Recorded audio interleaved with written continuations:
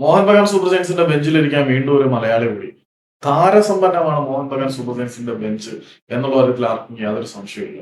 അവർ ഏറ്റവും മികച്ച താരങ്ങളെ ഏറ്റവും കൂടുതൽ പൈസ കൊടുത്ത് തങ്ങളുടെ കൂടാരത്തിലേക്ക് കൊണ്ടുവരുന്നുണ്ട്. മറ്റ് പല ക്ലബ്ബുകളിലും വളരെ മികച്ച രീതിയിൽ കളിക്കേണ്ട താരങ്ങൾ അവരുടെ ബെഞ്ചിൽ കാലം കഴിക്കുന്ന കാശ് നമ്മൾ കുറെ കണ്ടതാണ്. ഇപ്പൊ നടക്കാൻ പോകുന്ന സാധനം എന്താണെന്ന് വെച്ച് കഴിഞ്ഞാൽ മോഹൻ ബഗാൻ മലയാളി താരമായിട്ടുള്ള അലക്സ് സജിയെ സ്വന്തമാക്കിയെടുത്തു. അലക്സ് സജി 3 വർഷത്തെ കോൺട്രാക്റ്റിൽ ഒരു അൺഡിസ്ക്ലോസ്ഡ് ട്രാൻസ്ഫർ ഫീസും സാലറി ഒക്കെ കൊടുത്തിട്ടാണ് അവർ കൊണ്ടുവരുന്നത്. ഡൽഹി എഫ് സിയുടെ താരമായിരുന്നു അലക്സ് സജി.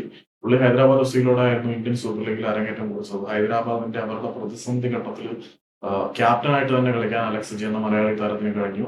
വളരെ ചെറിയ കാലഘട്ടം കൊണ്ട് തന്നെ ഇന്ത്യയിലെ ഏറ്റവും മികച്ച തൊഴിലൊന്നര താരങ്ങളിൽ ഒരാളായിട്ട് വളരാൻ അലക്സ് സജിക്ക് കഴിഞ്ഞിട്ടുണ്ട്. അസാമാന്യമായിട്ടുള്ള ഫിസിക്കും ആന്റിസിപ്പേഷൻ എബിലിറ്റിയും എല്ലാം ഈ മലയാളി താരത്തിനുണ്ട്.